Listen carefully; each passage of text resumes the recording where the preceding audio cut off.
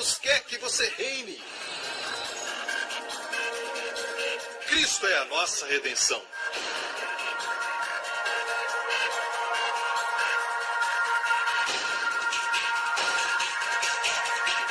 Deus é justo e faz o pecador justo.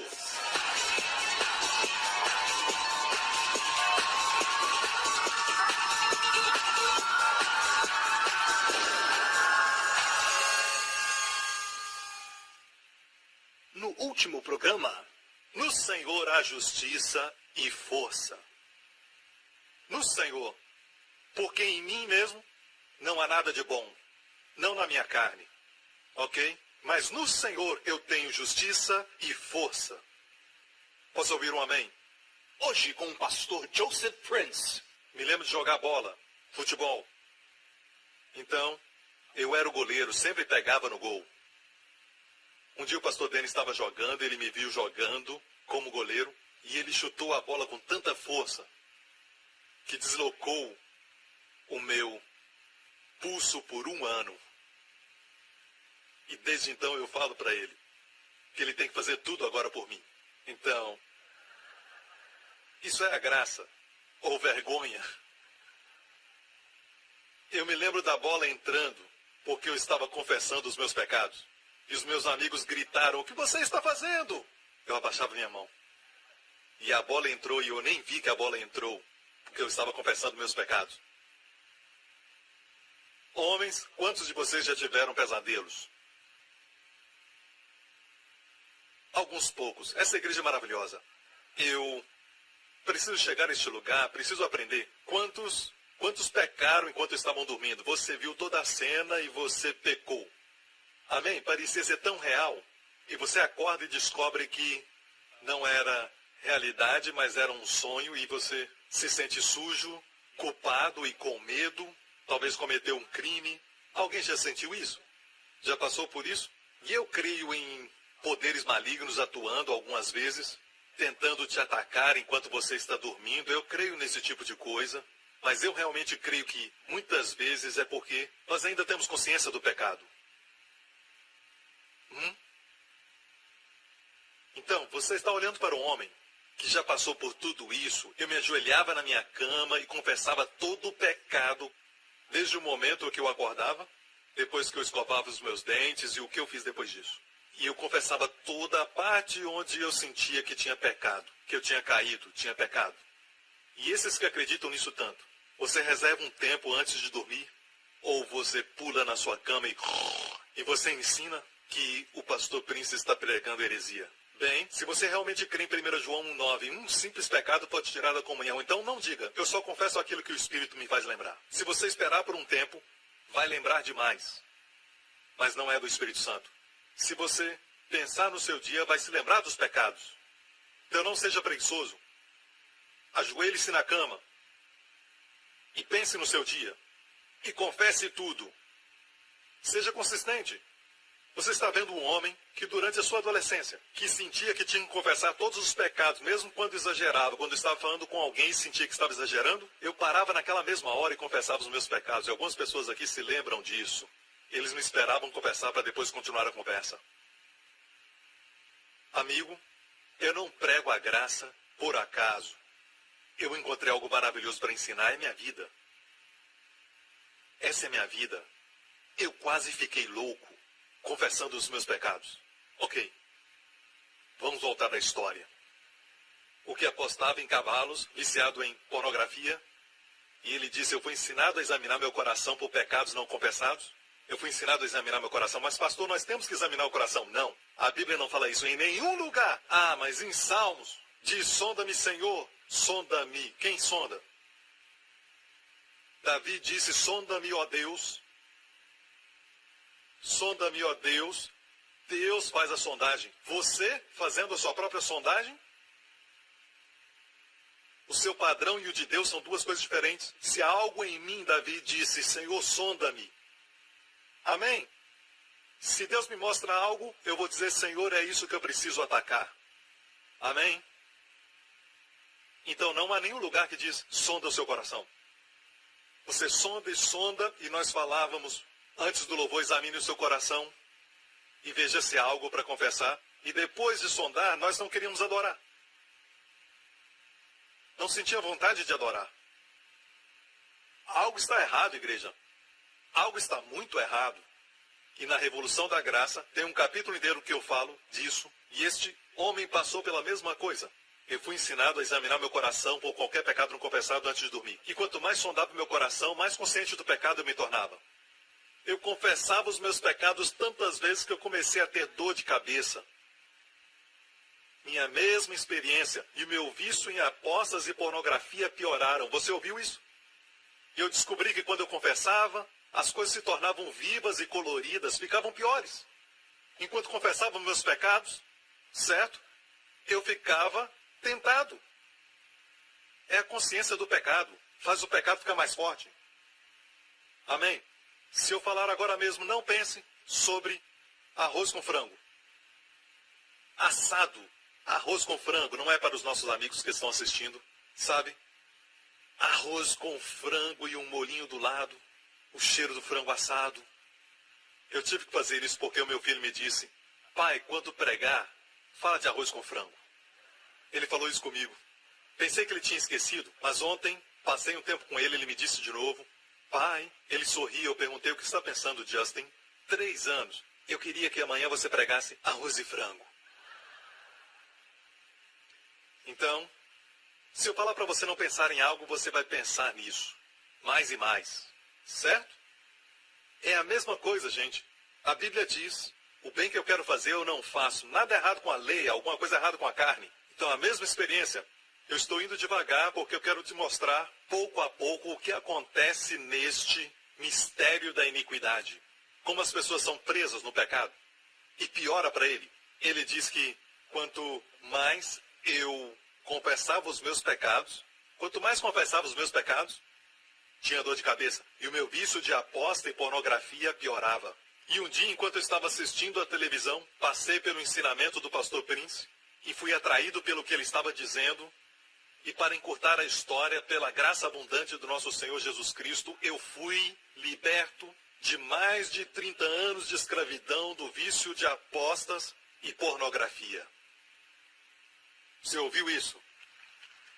Isso é quão perigoso esse ensinamento é. O que eu estou ensinando vai libertar pessoas de 30 anos de vícios de aposta e pornografia.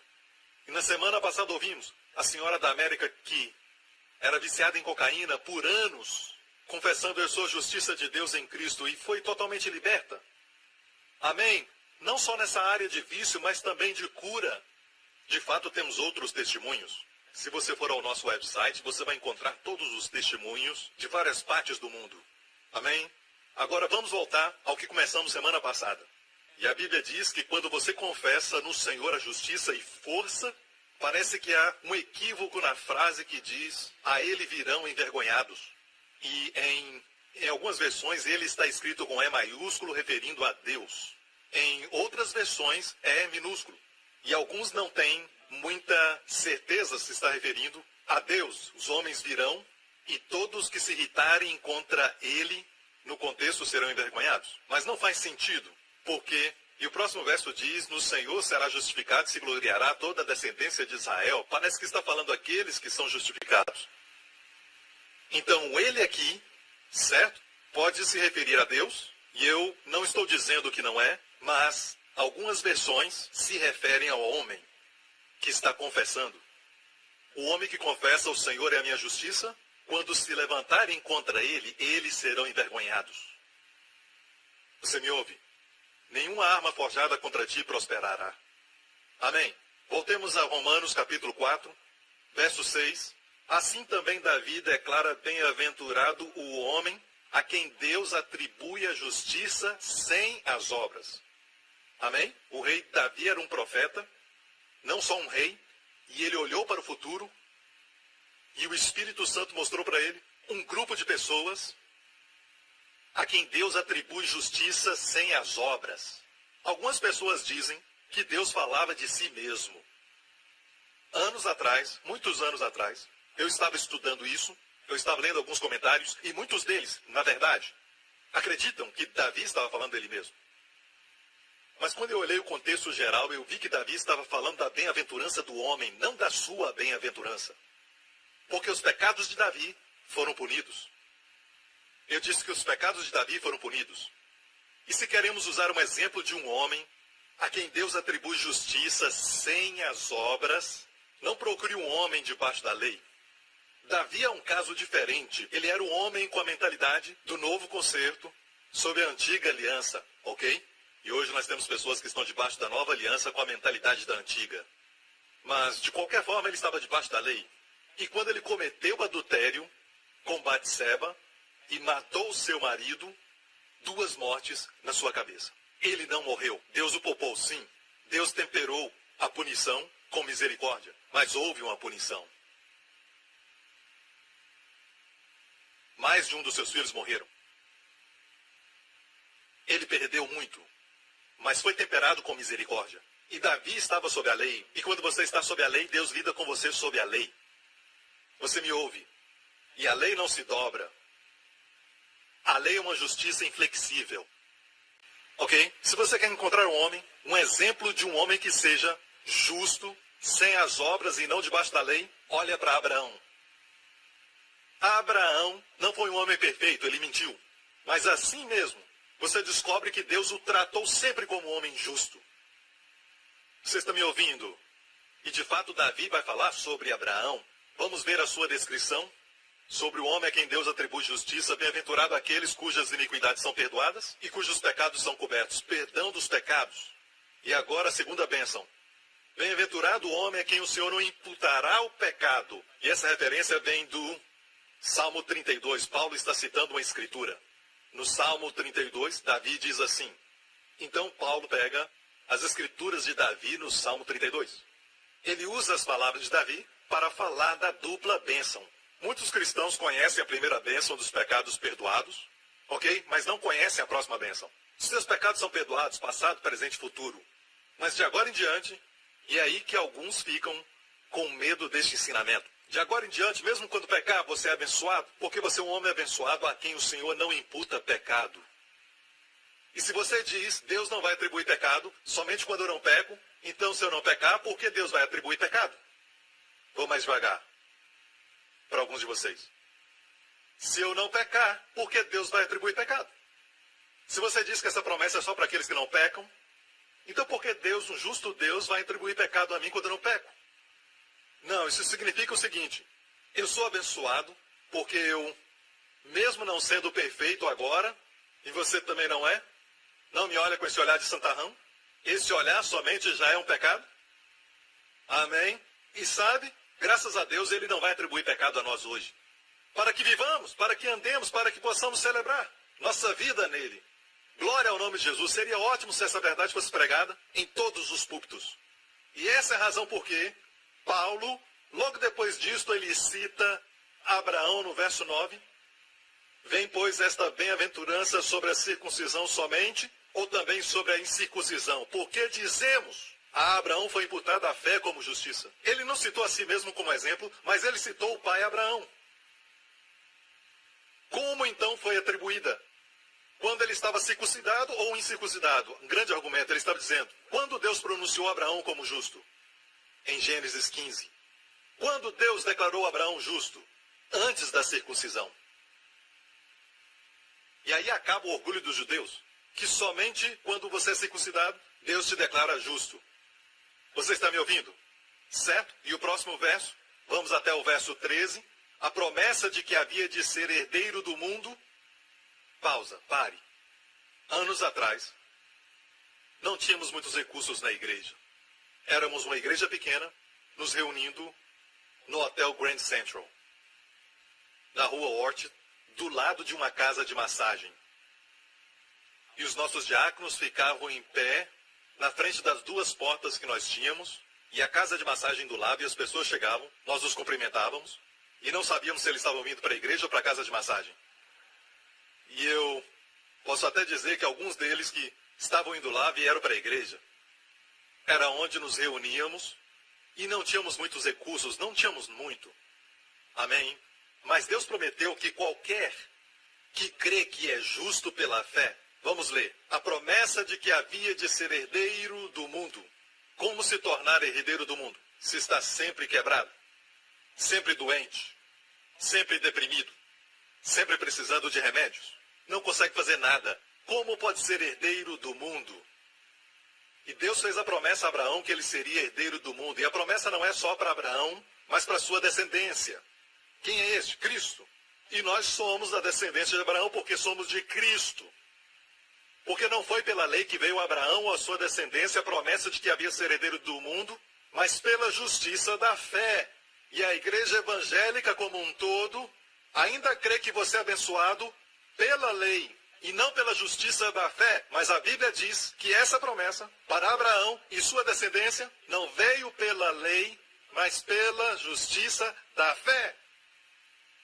Eu perguntei ao Senhor por que não é a justiça de Deus? É a justiça de Deus como dom. Por que pela justiça da fé? Deus disse, a pessoa deve crer que é justo pela fé. E é assim que a promessa flui, como eletricidade flui no cobre ou num condutor, certo? Da mesma forma, se você tem borracha, a eletricidade não flui. A bênção de Deus flui não pela lei, mas pela justiça da fé. E nós vimos os recursos chegarem. E nós vimos como Deus deu favor, como Ele abriu as portas. E eu quero te dizer, certo? Agora mesmo, meu ministério, esta igreja é um resultado de Deus cumprindo sua promessa. Todo este prédio. Amém? Ninguém pode se gloriar dizendo foi pela minha força, meus esforços, minha inteligência. De fato, a Bíblia diz, se você é realmente inteligente, vai prestar atenção. Porque a palavra sabedoria, uma das palavras mais usadas frequentemente para a palavra sabedoria, além de Hockman, é a palavra sakal. Diga sakal. Mais uma vez. Memorize essa palavra. Sakal. S-A-K-A-L. Mantenha essa palavra em mente. Essa palavra era usada quando se referia a Davi. Quando Davi agia com sabedoria, a palavra sakal era usada. Amém. Eu quero mostrar para você como acreditar na graça, como crer que os seus pecados estão perdoados é a maior sabedoria que você pode ter na terra. E vai te levar a outras coisas, porque no grego, sakal é pronesis, que é prudência. Colocar dois e dois juntos, chegar a uma conclusão. Os chefes estão procurando homens que não tenham somente diplomas, não só essa qualificação ou outra qualificação, ou até talento, mas estão procurando pessoas que podem colocar dois e dois juntos. Isso é pronesis. Colocar dois e dois. Pronesis. Na versão Septuaginta do Antigo Testamento, no hebraico, sakal. Quantos conhecem o Josué 1:8? Não se aparte da tua boca o livro desta lei, mas medita. Deus diz, quando você medita na sua palavra, você vai fazer o seu caminho próspero, aliak, e então serás bem-sucedido. Sabe o que é isso em hebraico? Sakal. A prudência, a sabedoria que leva ao sucesso. Os casamentos estão acabando, não porque as pessoas estão infelizes com o que eles têm ou o que não têm. É isso que acontece nos dias de hoje. E eu posso trazer você a vilas na Camboja e mostrar pessoas que estão sorrindo o tempo todo, sem divorciar.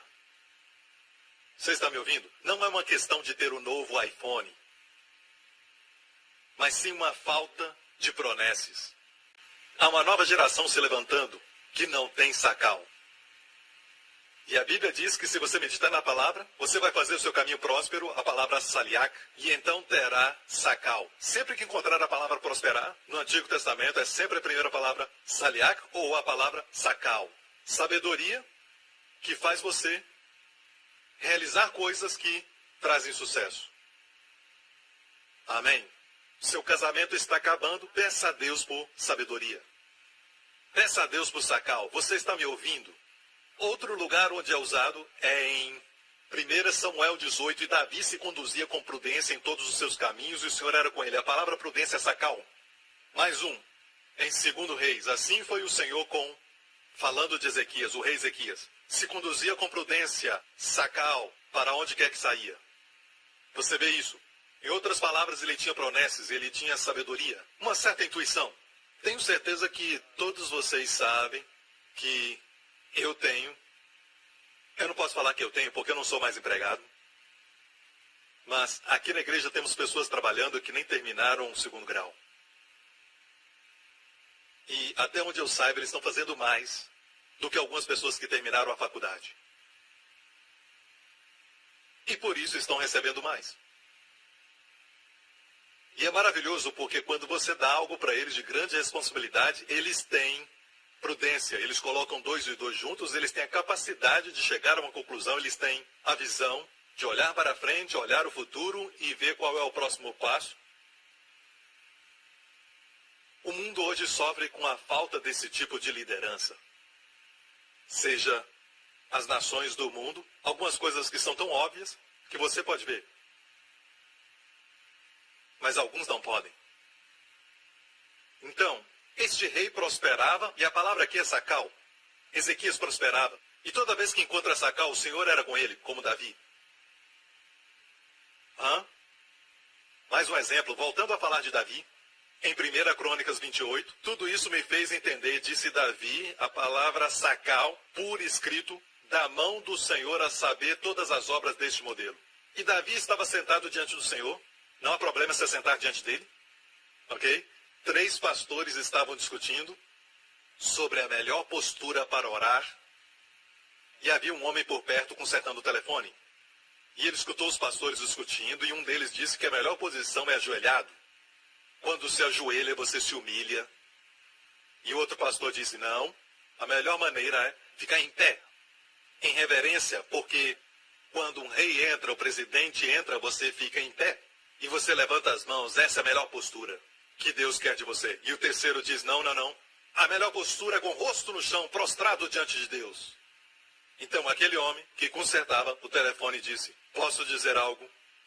A maioria das vezes que Deus respondeu minha oração, eu estava de cabeça para baixo, falando com ele num poste de telefone. A conclusão não é a posição do seu corpo, mas sim do seu coração. Posso ouvir um amém, igreja? Amém. Então, Davi estava sentado diante do Senhor quando isso aconteceu, e o Senhor me fez entender, Sacal, por escrito. Você sabia que Davi, ele desenhou, e ele não era um engenheiro ou um arquiteto, mas ele desenhou. Pela mão de Deus sobre ele, Deus o deu, Sacal, para entender como desenhar o maior e mais caro prédio que já foi construído. Eu vejo isso o tempo todo, eu vejo aqui na nossa igreja, eu vejo Jack, por exemplo, tomara que ele não se importe se eu falar isso. Ele nunca terminou faculdade. Mas a sabedoria com a qual Deus o usa é a Sacal.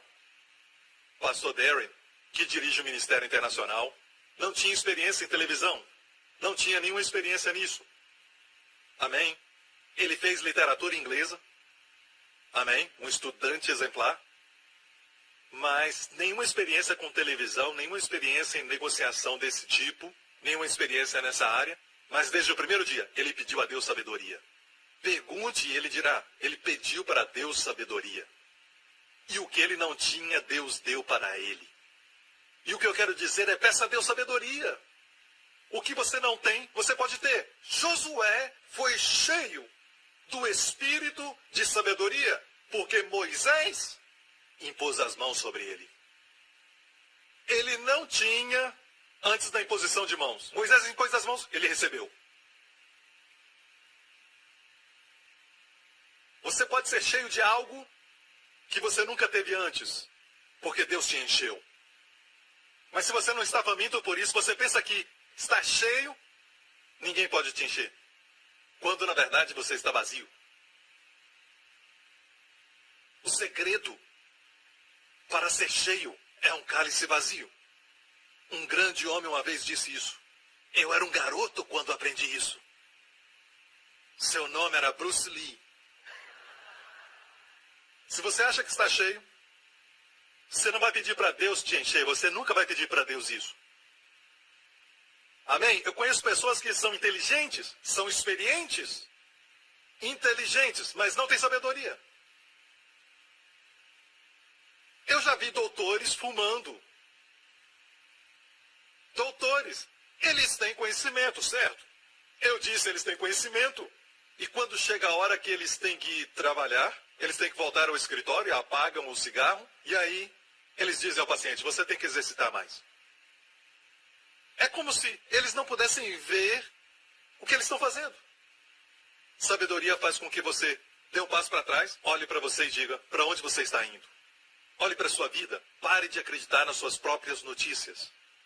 Pare de ser uma lenda na sua própria mente. Pare de dizer, Pastor Prince, tal pessoa é assim, não é você. Alguns dias atrás eu estava na praça de alimentação e eu gosto de ir ali. Amém? E eu encontrei alguém. E depois de nos cumprimentarmos, ela então me disse, como é que você sabe que eu fiz aquilo? Eu disse, o quê? O que que você fez?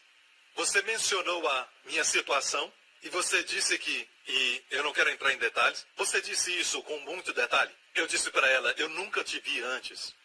Eu nem sabia que você estava na igreja. Minha esposa olhou para mim, eu olhei para ela e ficou assim, sabe? Como você sabe? E aí, quando a carapuça serve, você acha que toda a palavra é para você. Sem dúvida, todas as verdades se aplicam a todos nós, mas as pessoas que estão perdidas pensam que todos estão olhando para elas. Se preocupam consigo mesmas. E é muito doloroso ficar assim. Lembra de Jacó, semana passada?